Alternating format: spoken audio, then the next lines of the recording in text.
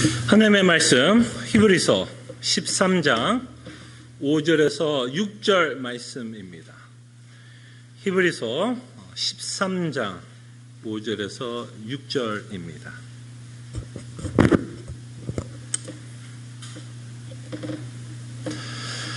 하나님의 말씀이 이러합니다. 돈을 사랑하지 말고 있는 말을 족한 줄로 알라. 그가 친히 말씀하시기를 내가 결코 너희를 버리지 아니하고 너희를 떠나지 아니하리라 하셨느니라. 그러므로 우리가 담대히 말하되 주는 나를 돕는 이시니 내가 무서워하지 아니하겠노라. 사람이 내게 어찌 하리요 하노라. 아멘. 저희들이 좀 생각해 보고 싶은 내용은 이것입니다. 하나님을 어떻게 하는 것이 하나님을 기쁘게 섬기는 모습인가에 대해서 저희들이 좀 생각해 보고 있습니다. 저희들이 예수 그리스도를 믿으면서 당연히 하나님을 기쁘시게 섬기고 싶은 열망이 있고 우리는 구체적으로 하나님께 기쁘게 섬기고 싶어 합니다. 자, 그럴 때 오늘 본문을 통해서도 우리가 하나님을 어떻게 기쁘게 섬길 수 있는지에 대한 구체적인 내용을 기록하고 있습니다. 여러분들이 하나님을 기쁘게 섬기고 싶다면 오늘 말씀대로 사시면 하나님을 기쁘시게 섬기는 내용이다라고 생각해 보면 좋을 것 같습니다. 특별히 오늘 본문은 우리가 어떤 문맥 가운데서 생각해 보려고 하냐면 특별히 이 서신서를 받고 있는 성도들의 입장 가운데, 상황 가운데, 그들의 환경 가운데 이 본문을 저희들이 이해해 보려고 하겠습니다.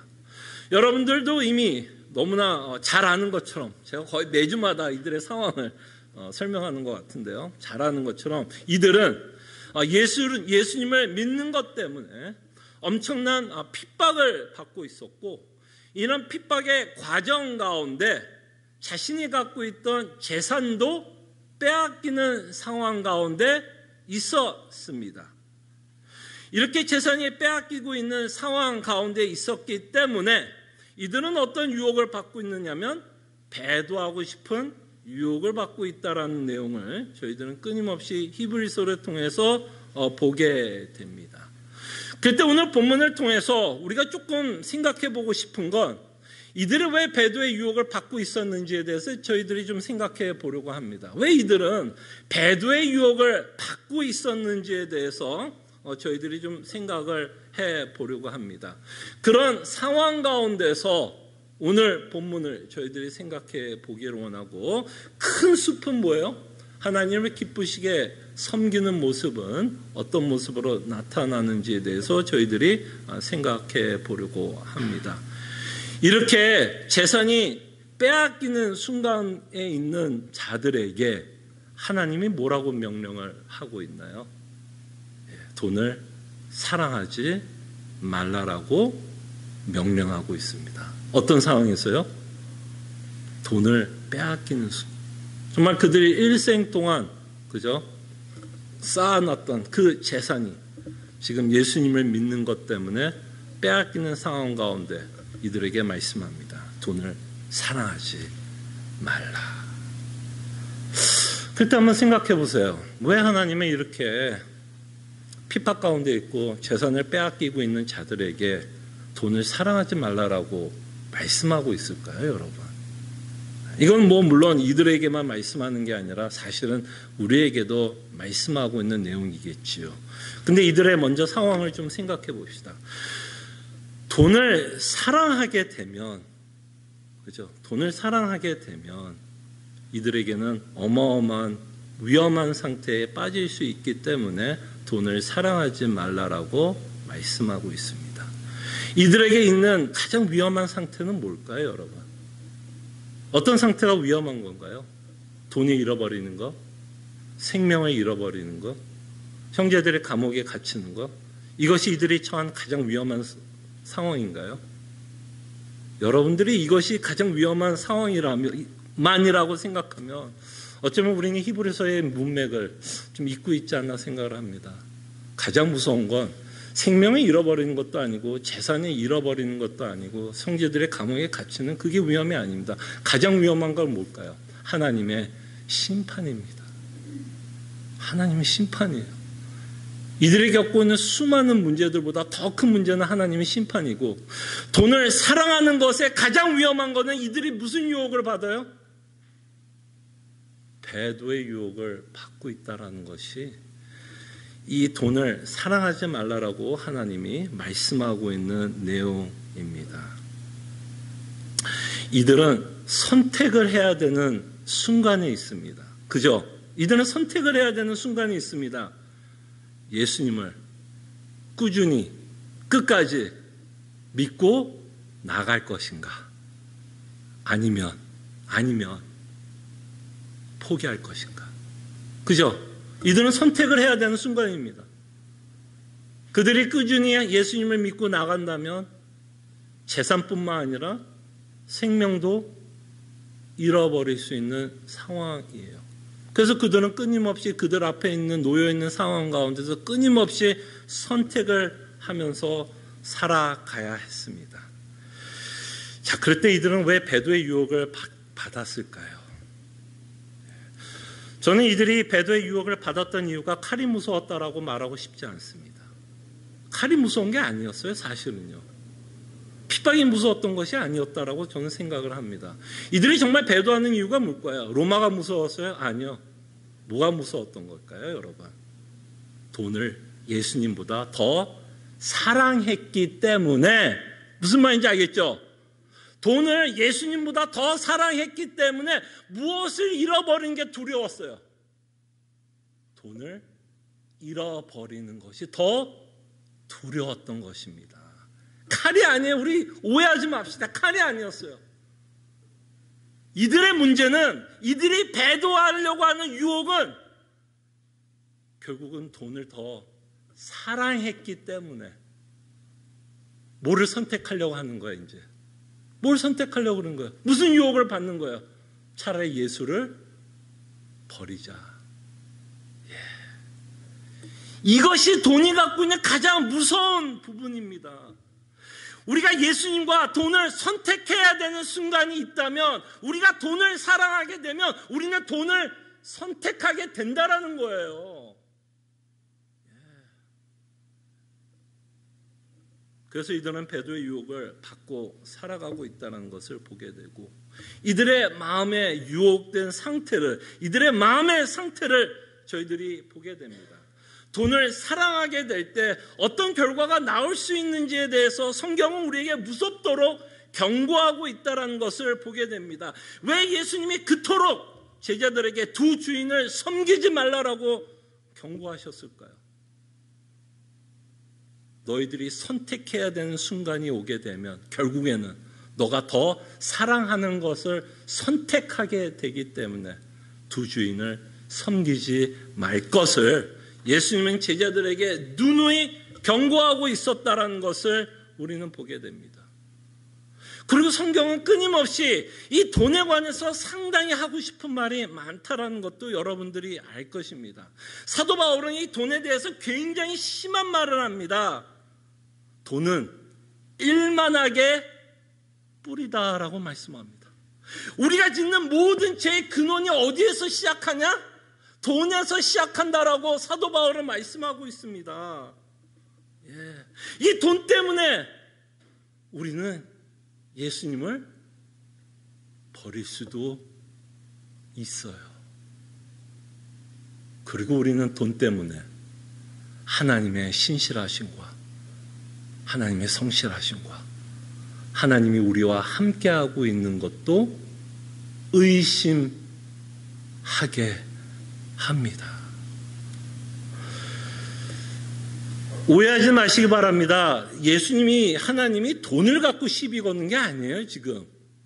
하나님이 지금 뭐라고 기록해요? 돈을 사랑하지 말라고 얘기합니다. 돈을 갖고 시비 거는 게 아니라 우리의 마음을 시비 거는 거예요, 우리의 마음을. 우리가 돈을 향해서 어떤 마음을 갖고 살아가는지에 대해서 하나님이 시비를 거는 거지, 하나님이 돈에 대해서 뭘 시비를 걸겠어요? 그 종인데. 안 그러겠어요? 근데 하나님이 우리한테 시비를 거는 우리 마음이에요. 우리의 마음. 그럴 때 이 돈이 갖고 있는 무서움, 돈을 사랑하는 마음의 무서움은 히브리서의 컨텍스트 안에서는 우리로 하나님을 배신하게 할 수도 있고 배도하게도 할 수 있고 하나님을 참으로 오해할 수 있게끔 만들 수 있기 때문에 돈을 사랑하지 말 것을 우리에게 말씀하고 있다는 것을 보게 됩니다. 그럴 때 이 돈을 사랑하는 마음이 갖고 있는 또 다른 위험성은 배도의 문제뿐만 아니라 또 실질적인 우리 삶 가운데서 어떤 일을 하게 하냐면 돈을 사랑하는 마음 때문에 우리는 만족하지 못하고 살아가고 있는 우리의 모습을 보게 됩니다. 돈을 사랑할 때 돈을 너무나 사랑하기 때문에 우리는 불평하고 만족하지 못합니다. 근데 돈을 사랑하는 그 마음 또 그 안에는 우리에게 뭐가 도사리고 있느냐면요. 우리가 왜 만족을 못하면서 살아가느냐면요. 우리 안에 탐욕이 있기 때문입니다. 우리가 욕심이 있기 때문에요. 뭐에 대한 욕심이에요? 돈을 향한 욕심. 돈을 향한 욕심 때문에 그 탐욕 때문에 우리는 우리가 갖고 있는 것에 만족하지 못하고 살아가고 있는 우리의 모습을 보게 됩니다. 지금 하나님이 우리에게 뭐라고 명령하죠? 돈을 사랑하지 말고 있는 바를 족한 줄로 알라라고 말씀합니다. 여러분 어떠세요? 정말 이런 고백 참 못 듣는 고백 중에 하나인 것 같아요. 내가 지금 있는 것 때문에 참 만족한다. 이런 고백 언제 해보셨어요? 마지막으로 언제 고백해 보셨습니까? 내가 있는 것 때문에 만족한다. 야, 이것만이라도 얼마냐? 이것만이라도 어디야? 이 돈을 사랑하게 되면 우리는 우리가 갖고 있는 것에 절대로 만족할 수 없는 이유가 우리의 욕심 때문에, 우리의 탐욕 때문에 여러분과 저는 절대로 우리가 갖고 있는 것에 만족할 수 없어요. 여러분이 탐욕이 갖고 있는 무서움이 뭘까요, 여러분? 여러분, 탐욕. 우리가 갖고 있는 욕심의 문제가 뭘까요, 여러분? 그럴 때 우리가 생각해 보면 우리가 갖고 있는 욕심은 돈을 사랑하게 합니다. 돈을 사랑하게 돼요. 근데 우리가 곰곰이 좀 생각해 봅시다. 왜 우리가 돈을 사랑할까요, 여러분? 왜 우리는 돈을 사랑할까요? 왜 돈에 대해서 그토록 좀 욕심을 갖고 탐욕을 갖고 살아가느냐 하면 우리가 이 땅에 살아가면서 욕심을 내는 모든 것들을 하기 위해서 반드시 필요한 것이 있다면 뭘까요, 여러분? 여러분들이 이 땅에서 좀 욕심을 갖는 거 있죠. 아, 나 이거 했으면 좋겠다. 이런 것들이 있으면 좋겠다. 라고 생각하는 것들이 있죠. 그것을 욕심이라고 말을 한다면 여러분들의 욕심을 채우기 위해서 반드시 필요한 것 중에 하나가 있다면 돈이에요. 돈 없이는 우리가 갖고 있는 욕심을 사실 채우기는 어렵습니다.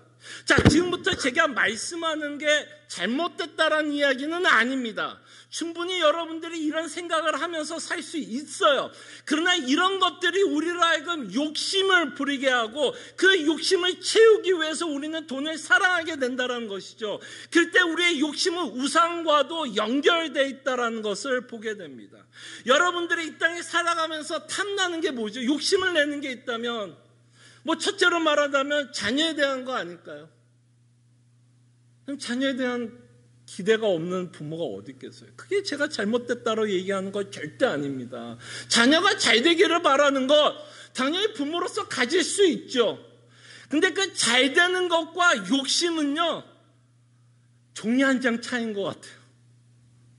나는 정말 잘 되기를 마음으로 자녀를 키웠는데 돌이켜보면 그것이 나의 욕심이었다라는 것을 발견할 때가 참 많습니다. 근데 여러분 생각해 보십시오. 여러분들이 자녀를 잘 키우고 싶고 그거에 대한 열망이 있고 기대가 있다면 뭐가 필요하죠? 뭐가 필요해요? 모르겠습니다. 돈 없이는 좀 아이들을 키우기가 쉽지는 않은 것 같아요. 물론 아이가 너무 똑똑해서 그냥 뭐 전액 장학금을 받고 뭐 그런다면 몰라도 그냥 보통의 경우를 생각해 보면 정말 자녀를 잘 키우고 싶은 그 마음 때문에 우리는 돈이 필요합니다.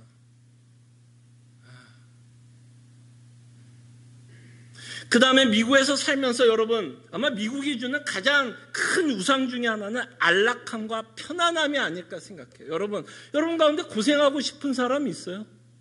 이왕이면 좀 편하게, 몸도 편하게, 마음도 편하게 다 그러게 살고 싶지 않으세요? 근데 여러분 곰곰이 생각해봐요. 마음도 편하고 몸이 편하려면, 여러분 스몰 비즈니스 하시는 분들, 여러분 마음도 편하고 몸이 편하려면 조업은 한 명 더 쓰면 어때요? 일은 여러분들이 줄 거 아니에요.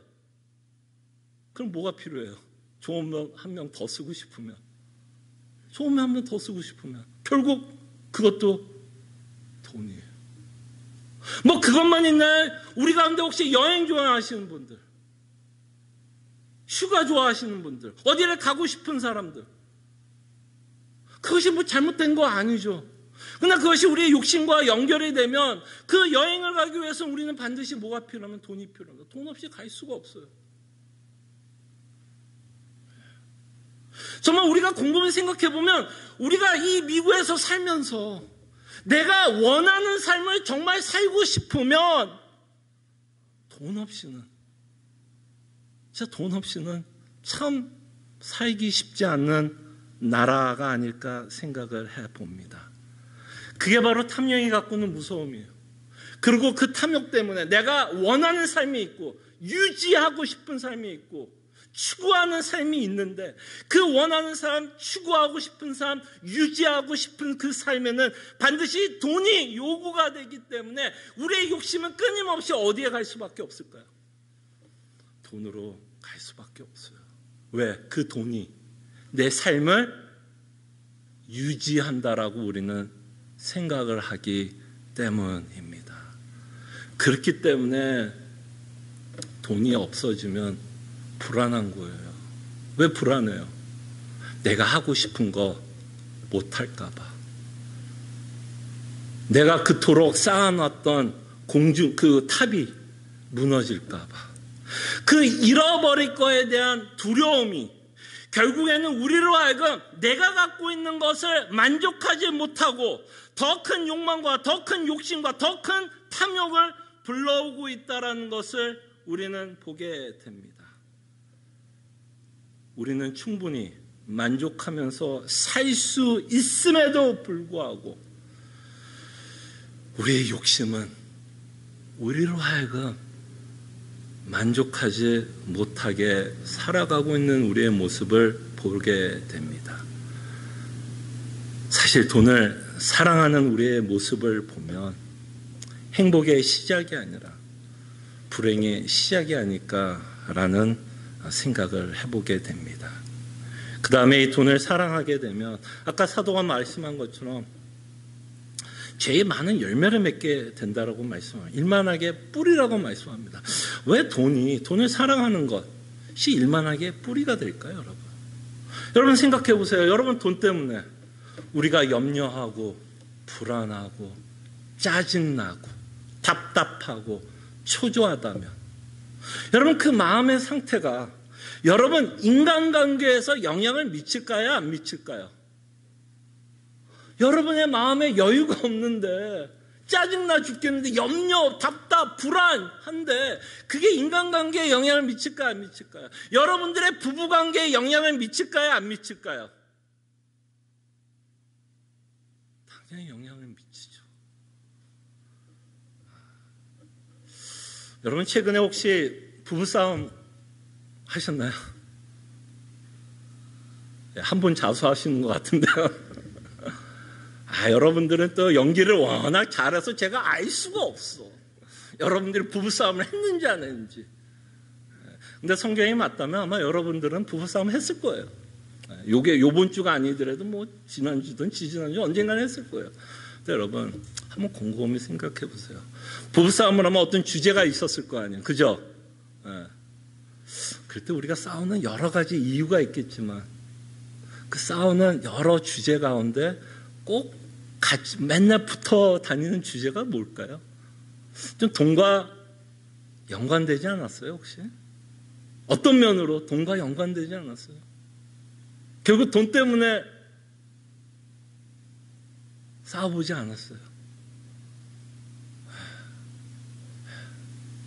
이 부부관계 안에서도 우리가 돈을 사랑하는 그 마음 때문에, 그 탐욕의 마음 때문에 우리가 가장 사랑하는 사람들과도 뭐가 돼요? 서로에게 상처를 줄 수 있고, 그 다음에 돈을 사랑하는 그 탐욕된 마음은 가장 무서운 건 인간관계도 파괴합니다.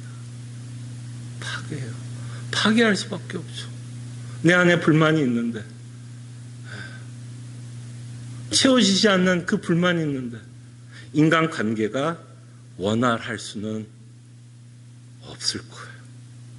그래서 우리는 인간과의 갈등을 한다면 그 갈등 안에는 돈의 문제가 있다라는 것을 보게 됩니다.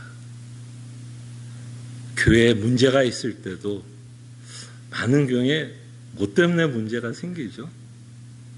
뭐 꼭 그 일 때문에는 아니지만 많은 경우에 뭐 때문에? 돈 때문에. 그죠? 교회 안에서도 결국에는 돈 때문에 갈등이 생기고, 돈 때문에 교회가 깨지고 있는 모습을 저희들이 보게 됩니다. 돈을 사랑하는 우리의 욕심은 우리 자신만 파괴하는 게 아니라 인간관계도 파괴하고 있는 것을 보게 됩니다. 무섭다라는 것을 좀 보셨으면 합니다. 근데 여러분, 여기서 돈을 사랑하는 마음이 가장 또 무서운 이유 중에 하나는요, 결국에는 이런 것 같아요. 내가 사랑하는 돈이 결국 나를 지배하게 합니다. 여러분, 한번 곰곰이 좀 생각해 보세요. 내가 사랑하는 돈, 그것이 결국에는 나를 지배하게 되어 있어요. 왜? 내가 갖고 있는 욕심은 무엇으로 만족하고 싶기 때문에 돈으로 만족하고 싶고, 그리고 내가 갖고 있는 욕심은 내가 이 땅에서 추구하고 싶은 것들이 있는데 그 추구하는 것들을 좀 하고 살려면 뭐가 필요해요? 돈이 필요하더라는 거예요. 그럼 결국에는 누가 나를 지배하게 될까요? 결국 돈이 나를 지배하게 됩니다. 돈에 의해서 기쁘고, 돈에 의해서 슬프고, 돈에 의해서 감사하고, 돈에 의해서 절망하고, 이런 무서운 결과들이 나오고 있는 것을 보게 됩니다. 돈을 사랑하는 마음이 결국에는 나를 지배하고 있다는 것을 우리는 보게 됩니다.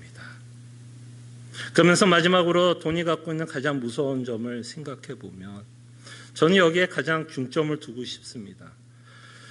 돈을 사랑하는 마음의 가장 무서운 이유는 하나님이 베푼 구원에 만족하는 데 가장 큰 방해가 돈을 사랑하는 나의 욕심입니다.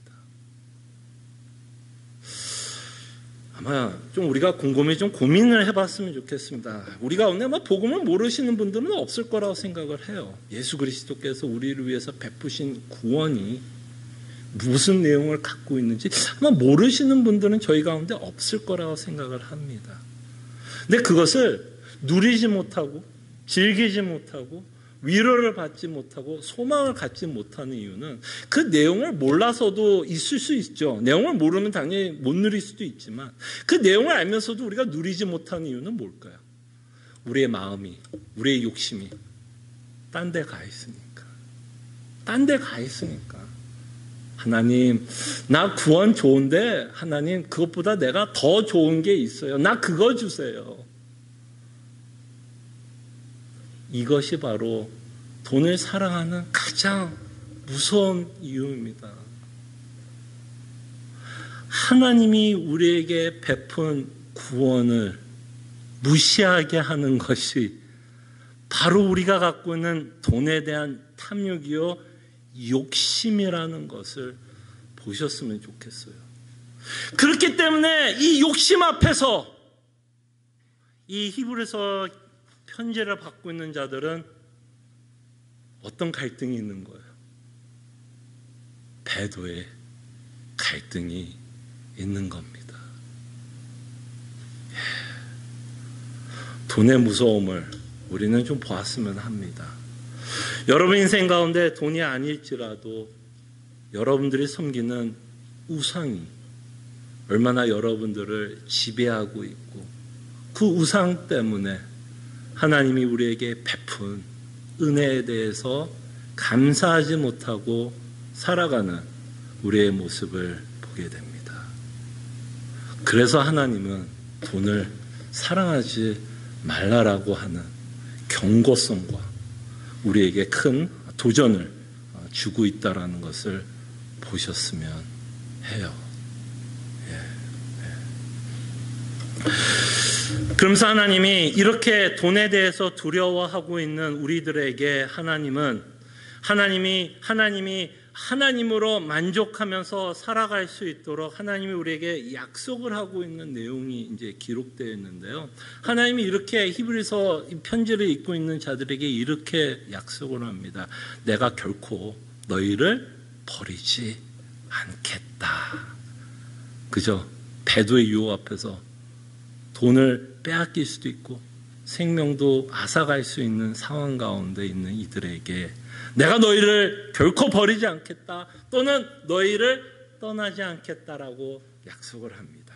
근데 여러분 히브리서는 구약을 많이 인용하고 있다는 거 이미 여러분들에게 말씀을 드렸잖아요. 그때 너희를 버리지 않겠다, 떠나지 않겠다라고 하는 이 구절은 어디에서 인용하고 있냐면 신명기 31장에서 인용을 하는데요. 찾지는 않으셔도 됩니다. 그냥 제가 스토리만 이야기할게요. 자, 신명기 31장은 이제 어떤 배경 가운데 있느냐면 드디어 하나님이 약속한 그것을 이루기 위해서 이제 광야에서 1세대는 이미 조금 다 돌아가셨고 이제 이스라엘 2세대 여호수아와 갈렙을 중심으로 한 이스라엘 2세대에게 다시 한번 약속을 하고 있는 장면이 이제 신명기 31장이에요. 뭐 하겠다라는 거죠? 그 약속의 내용은 내가 반드시 너희를 가나안에 입성시키겠다라는 약속을 합니다. 근데 이 약속과 함께 이들 앞에 무엇이 있을 것을 또 말씀하고 있죠. 가나안에 입성하면 어떻게 뭐 환영식이 있을까요?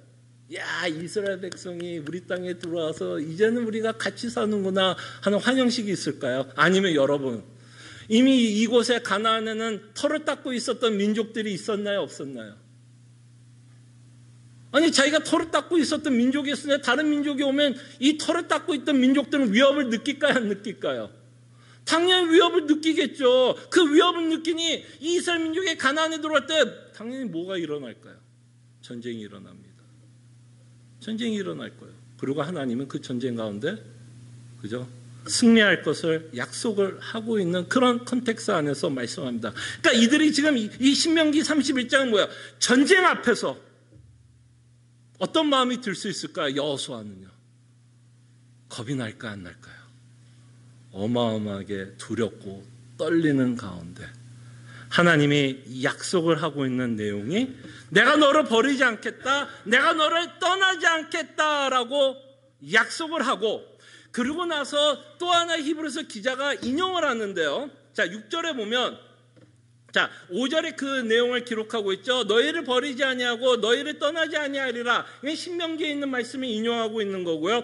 6절은 어디를 인용하고 있냐면 그러므로 우리가 담대히 말하되 주는 나를 돕는 이시니 이건 시편을 인용하고 있는 겁니다. 그래서 히브리서는 신명기와 시편에 있는 내용을 인용하면서 무슨 얘기를 하고 있냐면 결코 하나님이 우리를 버리지 않고 우리를 떠나지 않기 때문에 우리가 담대히 말해야 된다라고 말씀합니다. 우리는 담대히 말하되 주는 나를 돕는 분이기 때문에 내가 무서워하지 않겠노라라는 담대한 고백을 우리로 하여금 이 서신서를 받고 있는 자들에게 요구하고 있다는 것을 보시기 바랍니다. 여러분 제가 말씀 많이 드렸죠. 그러므로가 나오면 적용이라고 말씀했죠. 하나님이 나를 돕고 하나님이 떠나지 않고 하나님이 나를 버리지 않기 때문에 우리는 담대히 고백해야 됩니다. 어떤 상황 가운데서도 어떤 두려움 가운데서도 어떤 불안한 가운데서도 담대히 우리는 고백을 해야 되는데, 그 담대할 수 있는 이유는 주께서 우리를 도우실 것이기 때문에 우리는 담대히 이렇게 고백할 수 있다는 겁니다. 근데 저는 이 구절을 좀 보면서 묵상을 하면서 저는 이런 생각을 좀 해봤습니다. 이 신명기에서 이스라엘의 백성이 갖고 있는 두려움은 전쟁 앞에서 두려움이죠. 그죠? 전쟁 앞에서 두려움이에요. 그것과 지금 히브리서 독자들은 뭐예요? 돈을 잃어버릴 거에 대한 두려움, 재산을 잃어버릴 거에 대한 두려움, 또는 생명을 잃어버릴 거의 두려움 앞에 서 있는 자예요. 이렇게 생명을 잃어버릴 수 있고 돈을 잃어버릴 수 있는 그 두려움 앞에 있는 자들에게 하나님이 신명기에서 전쟁을 앞에 둔 자들에게 주셨던 말씀을 이들에게도 하고 있다는 거예요. 저는 그러면서 이거를 묵상하면서 이 전쟁을 갖고 있는 두려움이나 돈이 빼앗기면서 드는 두려움, 또는 생명을 잃어버리는 두려움이 뭐하다라고 하나님이 생각하고 있냐면 비슷하지 않나라는 생각을 하는 겁니다. 이게 전달이 돼요? 전쟁의 앞에 있던 자들에게 주셨던 말씀을 지금 생명과 재산을 빼앗길 수 있는 두려움 앞에 있는 자들에게 지금 인용하고 있다면 그 두려움이 뭐하다라는 거죠? 비슷하다라는 거죠. 전쟁 앞에서는 두려움이나 생명을 잃어버릴 것 같고 내 재산이 잃어버릴 것 같은 두려움이 비슷하다라는 거예요. 그럴 때 정말 이 하나님이 전쟁 앞에서도 함께하는 것 때문에 담대히 외칠 수 있다면 그것과 똑같은 원리로 우리 앞에 있는 이 재산이 잃어버릴 수도 있고 생명을 잃어버릴 수 있는 상황 가운데서도 하나님이 떠나지 않고 하나님이 나와 함께하고 있다면 이것도 우리는 뭐 할 수 있다라는 거예요. 극복할 수 있다라는 거예요. 그럼 여러분들이 이 돈 앞에서 여러분들이 담대할 수 있다면 이렇게 적용도 될 것 같아요. 전쟁이 나도 여러분들은 배도하지 않고 물론 힘들겠죠. 전쟁이 나면 배도하지 않고 끝까지 하나님이 나를 도우시는 분이기 때문에 담대히 하나님을 믿고 나갈 수 있다라는 의미로 우리에게 이 신명기를 이 히브리서에게 인용하고 있지 않나 생각을 해봅니다. 그럴 때 이 하나님이 우리를 돕는다라고 말씀을 합니다. 하나님이 우리를 어떻게 도울까요, 여러분? 하나님이 우리를 떠나지 않는다고 말씀을 하죠. 버리지 않는 것 때문에 시편 기자는 하나님이 우리를 돕는다라고 이야기하면서 그 하나님이 나를 돕는다라는 것 때문에 무슨 마음이 생기는 거예요? 두려움 가운데 담대함이 생긴다라고 이야기를 하는 거죠. 자, 그럴 때 우리가 한번 생각해 봅시다. 돈 문제를 갖고 다시 한번 생각을 해볼게요. 돈 때문에 우리가 걱정이 있다라고 생각을 해봅시다. 두려움이 있다고 생각을 해봅시다. 그럴 때 하나님이 우리를 돕는다라고 이야기를 한다면 하나님이 우리를 어떤 식으로 도울 수 있을까요? 저는 한 두 가지로 우리를 도울 수 있다고 생각을 합니다. 돈이 없어서 여러분들이 돈 때문에 걱정이 되고 염려가 된다면 하나님이 우리를 실질적으로 도울 수 있는 방법이 저는 두 가지가 있다고 생각합니다. 첫 번째는 어떻게 하나님이 우리를 도울 수 있을까요? 정말 문자적으로 여러분들이 필요한 만큼, 그죠? 여러분들이 필요한 만큼 또는 원하는 만큼 주시면 될 거 아니에요. 그죠? 그러면 무슨 마음이 들까요, 이제? 마음이 어떻게 될까, 이제? 편안해지겠죠. 예, 왜냐하면 내가 원하는 것만큼 또 받았고 또 필요한 만큼 또 하나님 채워줬으니까 마음이 편안할 수 있을 것 같습니다. 이런 방법으로 하나님이 도울 수 있겠죠. 근데 어때요, 여러분?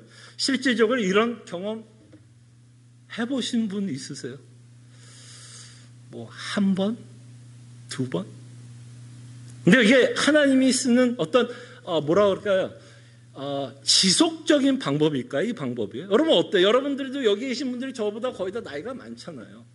그때 뭐 돈의 문제를 곰곰이 생각해 보면 어때요? 여러분 인생 가운데 하나님이 정말 여러분들이 필요하고 원하는 만큼 때에 따라서 그냥 계속해서 지속적으로 50년, 60년, 70년 동안 내가 원하는 만큼 채워주지는 않았을 거라고 생각을 합니다.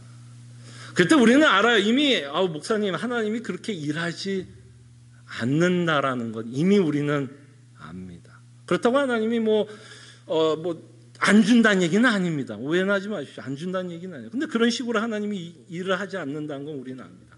그러면 하나님은 우리가 돈 앞에 돈 문제 때문에 어려워하고 있는 자들을 돕는다면 어떻게 도울 수 있을까요, 여러분? 그럴 때 성경은 이런 식으로 우리를 돕는다고 생각합니다. 여러분들의 가치관을 변화시키는 거예요.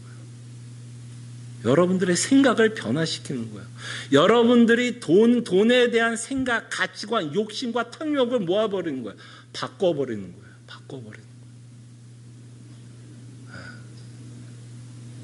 그래서 더 이상 돈에 대한 욕심이나 탐욕, 거기에 물들지 않도록 우리의 가치관을 모아버리는 거예요. 바꿀 수 있다면 그것도 하나님이 돕는 방법 아닐까요? 여러분들의 가치관을 변화시켜버리면 더 이상 돈에 대한 욕심을 가지지 않도록, 그리고 더 나아가서 그리스도의 복음으로 말미암아 여러분들에게 만족이 된다면 더 이상 내가 돈이 채워지지 않던 그것은 더 이상 문제가 되지 않는다. 그래서 여러분, 하나님은 어떻게 일하시기를 원할까요, 여러분? 하나님이 일하는 방법은 뭘까요, 여러분? 여러분들이 필요할 때마다 그냥 쏘아붓는 방법, 아니면 여러분들의 생각을 바꾸는 거예요. 이 세대를 본받지 않도록, 이 세대가 갖고 있는 가치관을 본받지 않도록, 욕심을 부리지 않도록 우리의 마음을 바꾸시는. 아마 여러분들은 이미 알 거예요. 후자죠. 인정하고 싶지는 않죠. 그러나 여러분 이미 알아요. 후자인 걸 알아요. 하나님이 어떻게 일하시고 어떻게 이 돈의 문제를 해결하기를 원하는지 이미 알고 있어요. 그러면 하나님의 백성은 여기에 순응할 필요가 있다고 생각합니다. 그래서 우리의 기도 제목이 좀 바뀔 필요가 있는 것 같아요. 돈이 필요해서 하나님께 기도할 수 있습니다. 그걸 기도하십시오. 근데 그 기도에서만 멈추지는 말아주세요. 그 기도에서만 멈추지만 말아주시고, 우리가 절실하기 때문에, 필요하기 때문에 돈이 필요한 것을 위해서 기도할 수 있습니다. 근데 이 기도가 여기서 끝나는 것이 아니라, 주님, 제 생각과 마음을 좀 바꿔주세요. 혹시 내가 욕심을 부리는 것 때문에 하나님께 이렇게 기도하고 있다면, 내가 욕심 때문에 하나님 앞에서 불평과 불만, 원망을 하고 있다면, 또는 내가 욕심 때문에 내가 갖고 있는 것에 만족하지 못하고 살아가고 있다면, 주님, 내 마음을 바꿔 주시옵소서. 정말 그리스도 때문에 참으로 내가 기쁨으로 또는 항상 범사에 감사하며 살아갈 수 있는 자가 될 수 있도록 우리는 그렇게 기도해야 할 줄로 믿습니다. 저는 이런 일이 없기를 정말 바랍니다, 여러분. 근데 이런 일이 벌어질 것 같아요. 여러분과 제가 이제 나이가 들면 몸이 후패해집니다. 그죠? 후패해지는 거 막을 수 없고 우리는 받아들이잖아요. 근데 돈의 문제도 이렇지 않을까요, 여러분? 어때요, 여러분? 여러분의 몸이 후패하는 것처럼 돈의 문제도 후패해져 가지 않을까요? 지금 현역에 계신 분들은 어느 정도 벌기 때문에 그 현역에 있어서 산다라고 얘기할 수 있지만, 언젠가는 우리는 다 리타이어를 하게 됩니다. 우리가 빌 게이츠처럼 돈을 모아놓지 않았다면 우리는 결국 쌓아놓은 것을 써가면서 살게 됩니다. 잃어버리는 삶이죠. 잃어버리는 삶. 그날은 반드시 오게 될 것 같아요.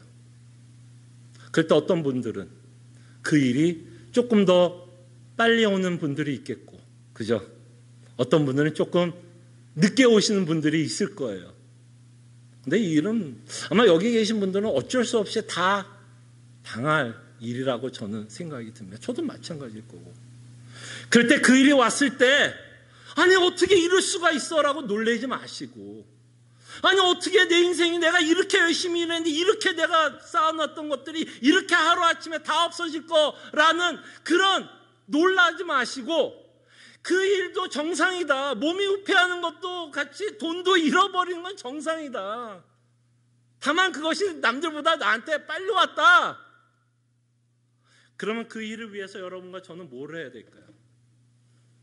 그 일이 온다면, 정말 돈이 후패할 것이 온다면 지금부터 여러분과 저는 무슨 훈련을 해야 되냐면 자족하는 훈련을 해야 됩니다. 자족하는 훈련. 지금 여러분들 조금 풍부하다면 즐기십시오.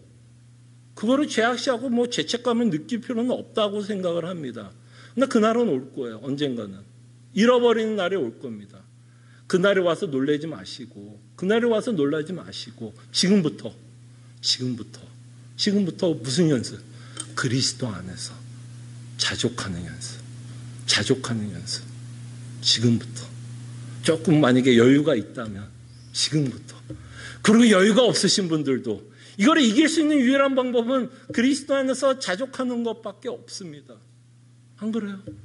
돈이 어디서 떨어지지 않을 거면 자족하는 법을 배우셔야 된다. 빨리 배우셔야 되는 분들은 속성으로 빨리 배우시기를 바랍니다. 그때 여러분 그냥 우스갯소리로 말씀하는 것 같아 제가 좀 말씀하지만 여러분 이것이 저는 주 안에 있는 자들의 노후 대책이라고 생각을 합니다.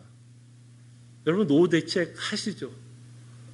노후 대책 하시죠? 여러분 회사를 다니고 있으면 401k도 있을 수 있고 적립한 돈도 있을 수도 있고 여러분들이 비즈니스를 하시면서 좀 쌓아놨던 세이빙이 있을 수 있습니다. 그럼 그게 다 뭐예요? 노후 대책이죠.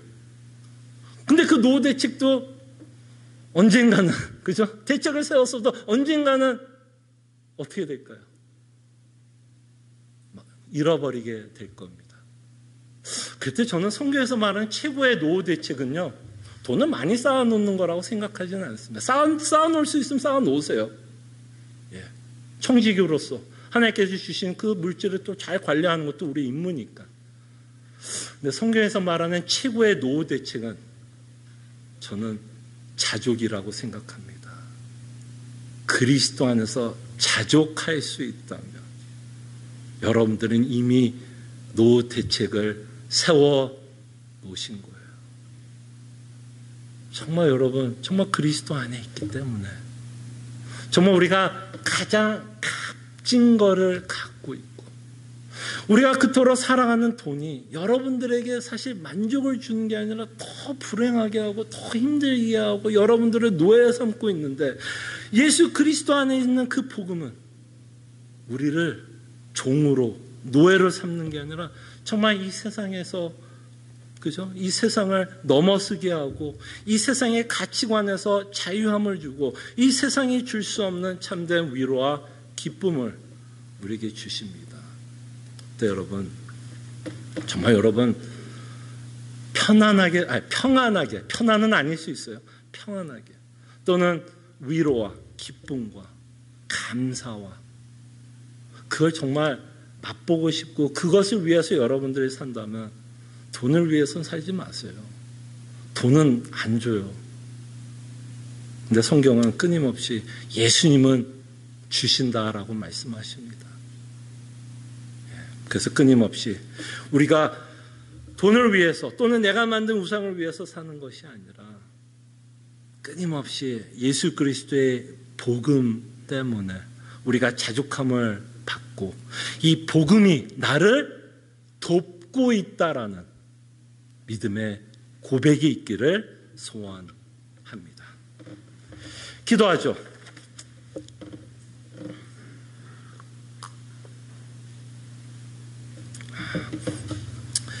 이 시간 우리의 현실을 좀 인정하는 시간도 가졌으면 합니다. 이 땅에 살아가는 것들이 영원하지는 않을 거예요. 우리의 건강도 후패해져 가는 것처럼 어쩌면 우리가 그렇게 쌓아놓은 것들도 점점 잃어버리는 상황 가운데 우리는 살아갑니다.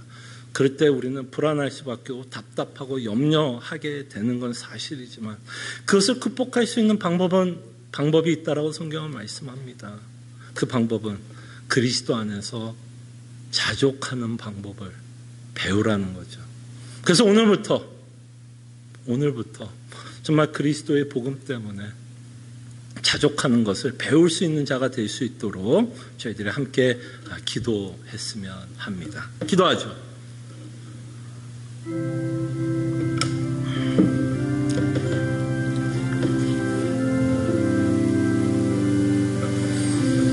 주님.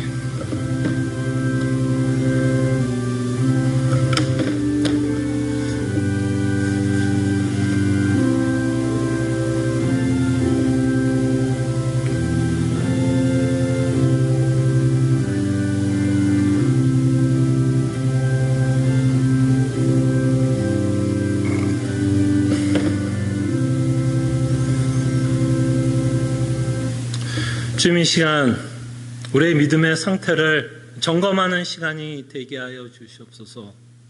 정말 우리가 누구를 사랑하며 살아가고 있는지, 정말 우리의 마음을 살피는 시간이 되게 하여 주실 때에, 정말 우리가 우상을 사랑하고 있다면 그 안에는 일시적인 달콤함이 있고 평안도 있고 만족도 있고 위로도 있지만, 결국에는 우리가 섬기고 있는 우상이 우리를 지배하며 우리를 더 불안하게 하고 더 불만족스럽게 하고 더 짜증나게 하며 더 답답하게 하고 있다는 것을 저희들로 깨닫게 하여 주실 때에, 우리에게 참된 만족은 오로지 예수 그리스도께서 주시는 복음만이 우리의 참된 만족이라는 것을 저희들이 믿고 살아가게 하여 주시옵소서. 오늘부터 저희들이 그리스도 때문에 자족하는 법을 배우면서 훈련하면서 살아가는 주의 백성들 되게 하여 주시옵소서.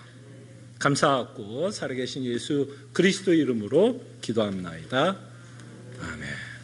다 함께 일어나셔서 찬송가 94장 찬송합니다.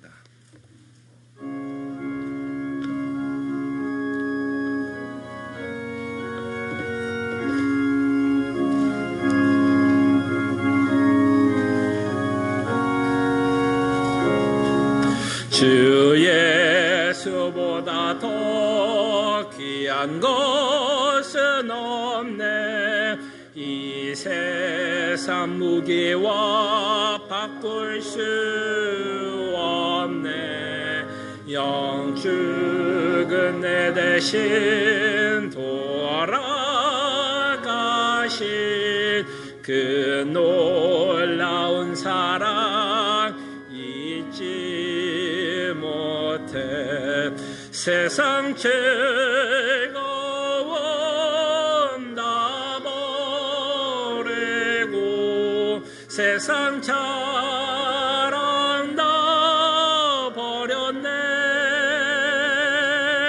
주 예수보다 더 귀한 것은 없네. 예수 밖에는 없네. 주 예수보다 더 귀한 것은 없네.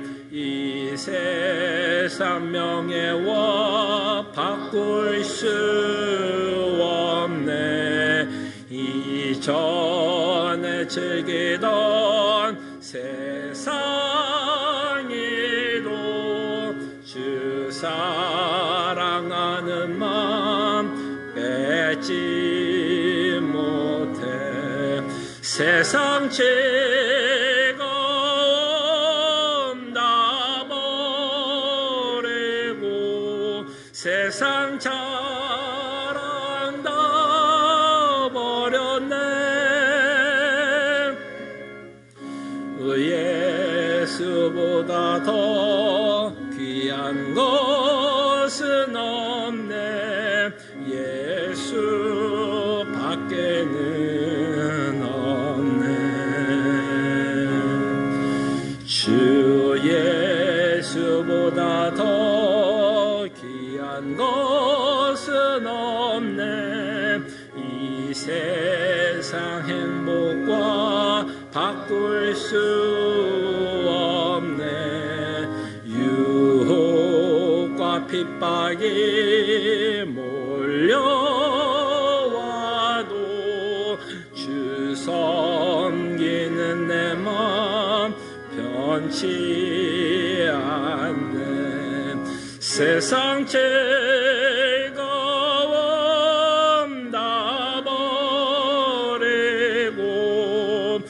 세상 잘한다 버렸네. 주 예수보다 더 귀한 것은 없네. 예수 밖에는 없네. 하나님의 백성들이여, 하나님이 주시는 축복의 말씀, 위로의 말씀 믿으시기를 바랍니다. 능히 너희를 보호하사 거침이 없게 하시고 너희로 그 영광 앞에 흠이 없이 기쁨으로 서게 하시리.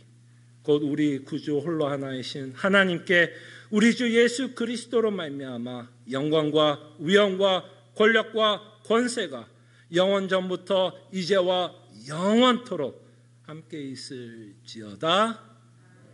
아멘.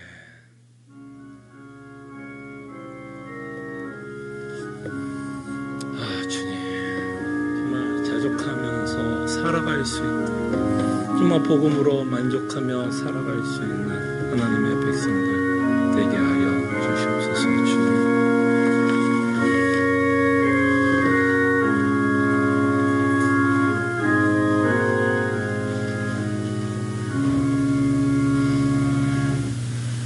우리 또 옆에 뒤에 앞에 계신 분들과 좀 반갑게 또 인사하는 시간을 저희들이 가졌으면 합니다. 함께 예배하게 되어 너무 감사하게 생각하고요. 몇 가지 교회 소식을 여러분들에게 알려드립니다. 계속해서 저희가 수요 성경 공부 900서를 가지고 살펴보고 있는데요. 특별히 하나님의 율법에 관해